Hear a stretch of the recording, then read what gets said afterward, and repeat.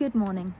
I am just off to buy lemon and ginger and turmeric to make some lovely healthy wellness shots because it's week 3 of September and there has been illness in the house. So let's go get some health supplies.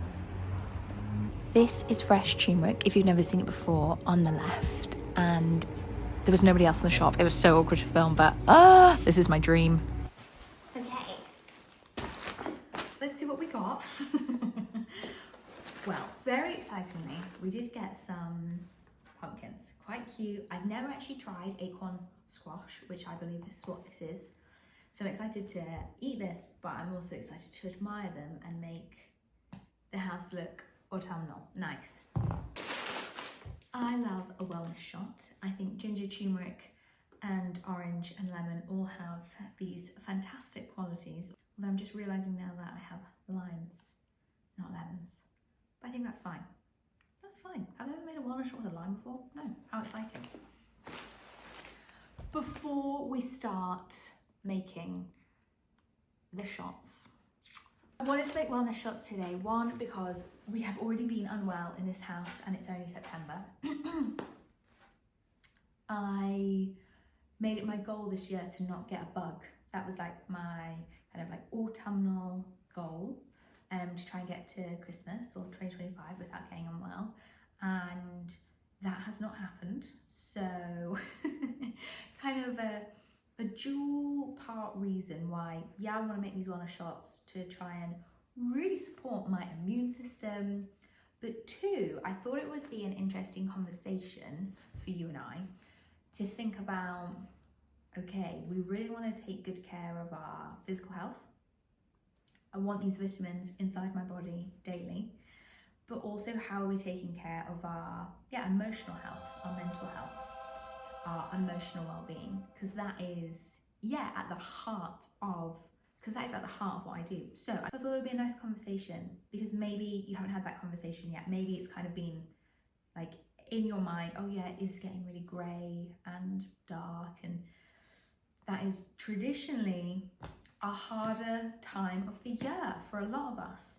So maybe it's kind of been on your mind, but I thought let's have a conversation about it because it's an important one, and the sooner we have that conversation, the better. Oh, also, it also means I get to show you my juicer. So a couple of years ago, maybe like 3 years ago, my best friends bought me a juicer to make juice with, and I absolutely love it. I have used it a lot, and it's a NutriBullet one. It's so amazing. And isn't it fantastic when you get to use things that precious people have bought you? Every time I use it, I feel loved. How nice is that? Okay, let me take my coat off and let's get ready.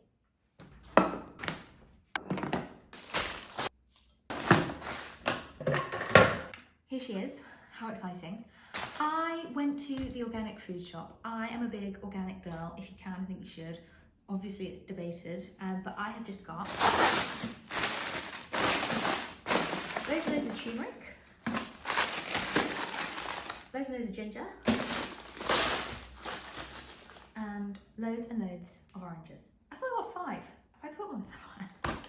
5 oranges, great. Let's get on with it then. So you just want to take the rind off the orange, and what I'll do is I'll save the rind and then I'll make a simmer pot with them. Tonight we've got friends coming over for dinner, so that will be delightful. And you just want to chop them up, fit them in. You can do this. Before I had this beauty, I would blitz them up in the NutriBullet, and then I would just get like a muslin cloth bag and squeeze it through there. It is like it takes a long time, and the mess is quite difficult to wash the muslin bags and them not go manky. Like it's quite a long process if you're going to do it that way, but it is totally possible. I did it for quite some time. And you can add water, and if you're using turmeric, you always want to add black pepper. Yeah, great, let's do this.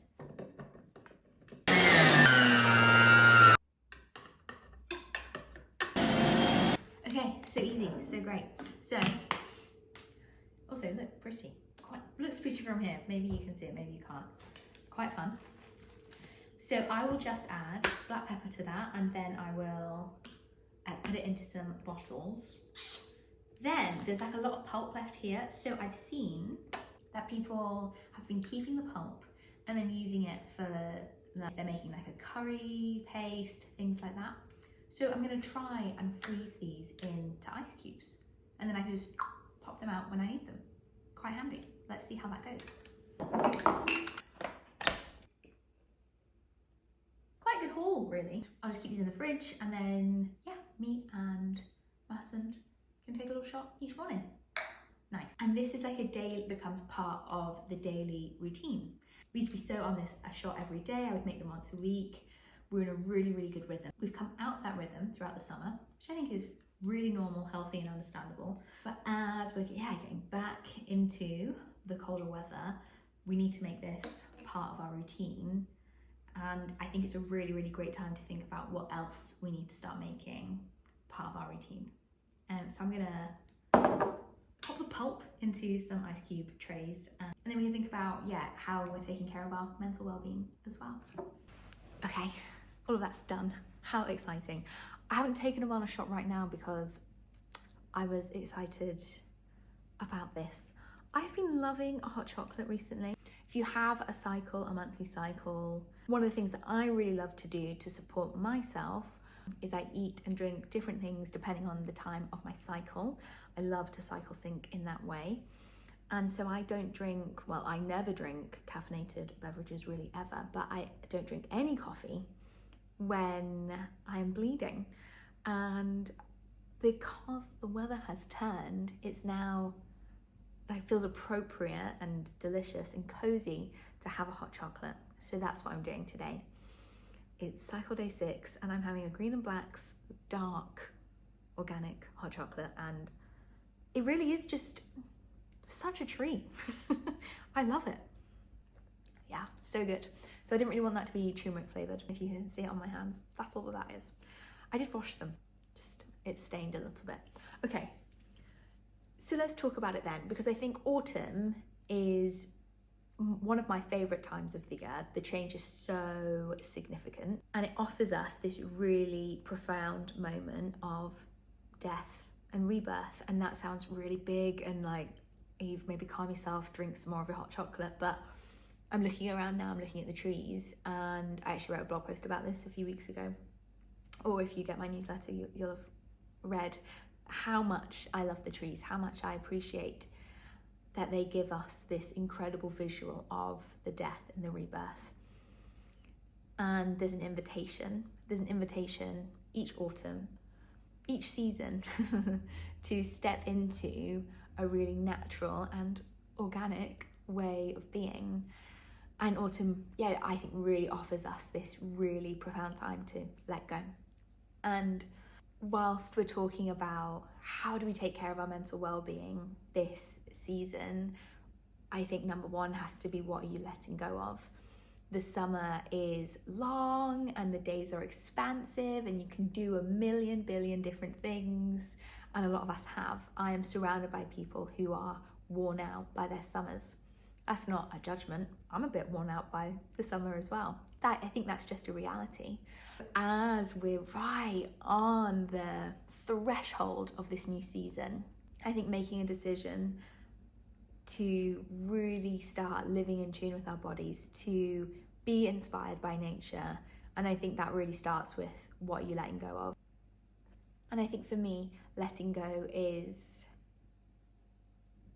emotional and big and also teeny tiny and a daily process.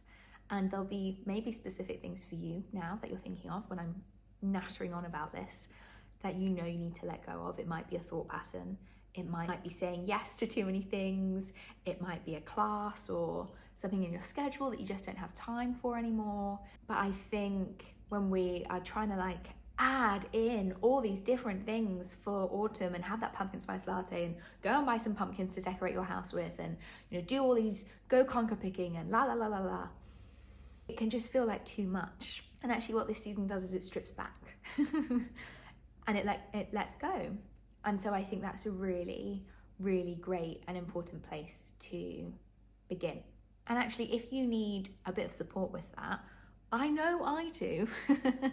I and the hosting an online class that is going to help you learn how to let go. I think the trend of how busy people are is overwhelming, and I am excited for all of us to move from overwhelm into overflow, to step out of the busy, non-stop, kind of ridiculous way of being, and to step into filling up our own cup and not adding anything else in until we're at that state, that place of overflow.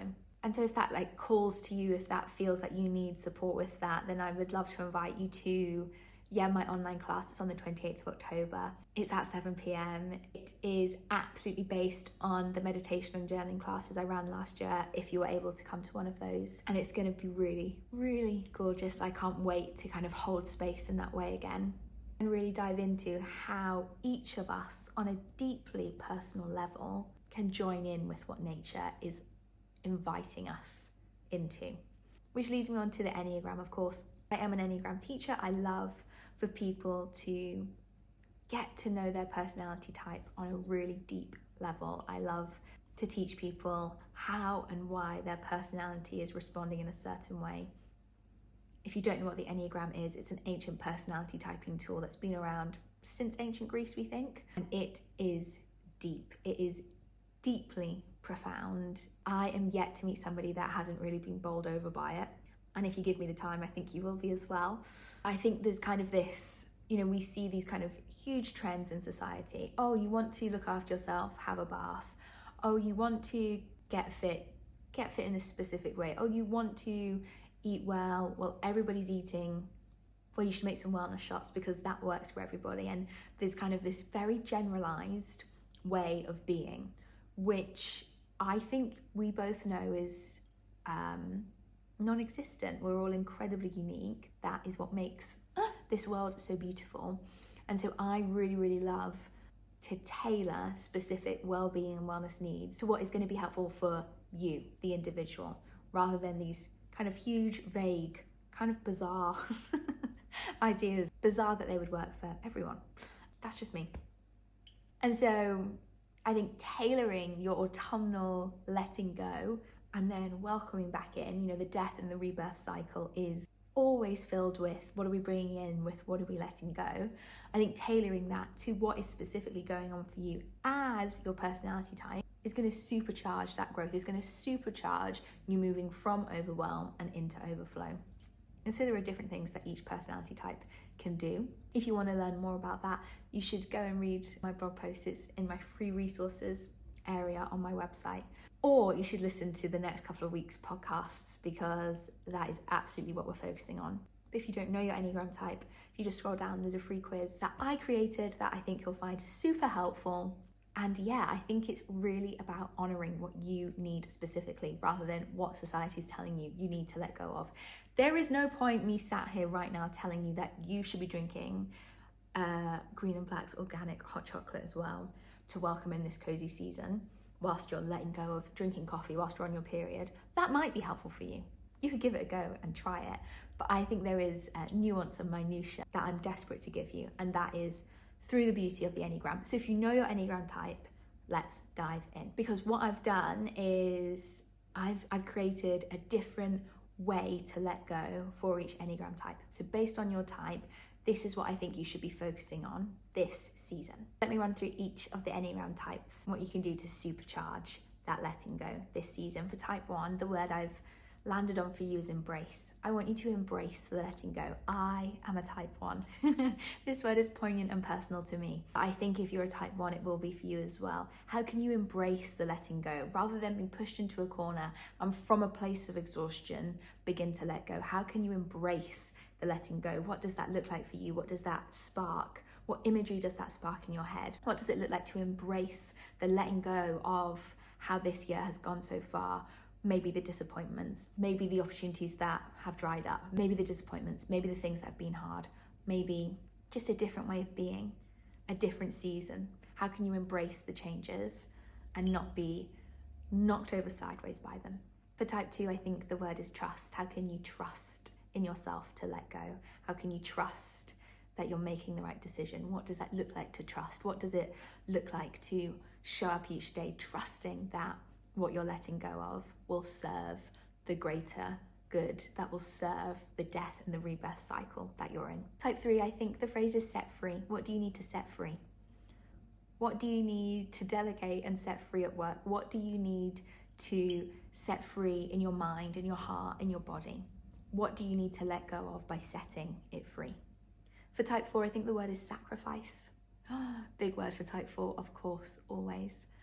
But in those deep caverns, those deep wells of emotion, what does sacrifice look like to you this season? Type 5, I think the word is surrender. I think this word is so big for type 5.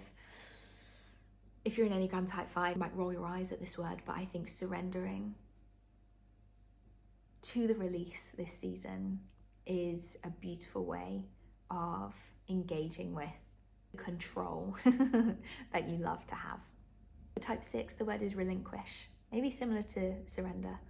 I think there's a different energy to that word, and I think if you're a type 6, you'll understand it. I had a conversation with my type 6 client actually about this word when I was sharing it with her, and yeah, she was saying that relinquish, you know, that white knuckle grip that type 6s often have over how things are going, to be able to relinquish that control and release what needs to be released, I think will be a beautiful, beautiful way of serving your mental and emotional well-being this season. If you're type 7, I think concede is the word, and I picked that word absolutely on purpose, and it is gonna feel, it's gonna feel big. That is on purpose. I want you to feel your feelings this season, type 7. I want you to feel into what it means to concede, what it means to let go, what it means to not win at something. How can you concede to the season? How can you bow down in reverence and honor and say, yeah, I concede, I let go, I release, I make way. What does that look like for you this season? For type 8, I think the word is submit. If you come from a Christian background, the word submit is interesting. But I think submit is a really, really great word for type 8s to engage with, to submit to yourself, your needs, other people, other people's needs, the season, the weather. What does it look like to submit and let go in that way? And type 9, I think the word is release. Type 9, what can you release? What thinking patterns, what daily habits, what is keeping you stuck? What needs to be released? How can that serve you in your emotional well-being this autumn? So they're just a few ideas of how I think we can begin to engage with this season from the point of view of the Enneagram. You might find that a different word is really speaking to you at this time. That is great. Take what resonates, but don't wait until the end of October, the beginning of November, to start thinking about how you can show up and engage with this season after you've been kind of run ragged, trying to do everything and be everything in a colder climate. Be inspired by the trees, be inspired by what nature is doing. Use that to your advantage. Let that serve you. Let that speak to you. Let that guide you. And make sure that you're taking good care of yourself. What wellness shots, what emotional well-being wellness shots do you need to take each day? What does that look like for you? And does that start from a place of letting go? Maybe those words could be really helpful for you. Maybe there's a journaling prompt or two in there that could really serve you. And if you think, yeah, actually this is really needed and necessary, come and join my online class on the 28th of October. It is a beautiful way to honor this season and honor yourself and make sure that you're meeting your own emotional well-being needs. As always, take good care of yourself, and I'll see you next week for another one. I'll see you then.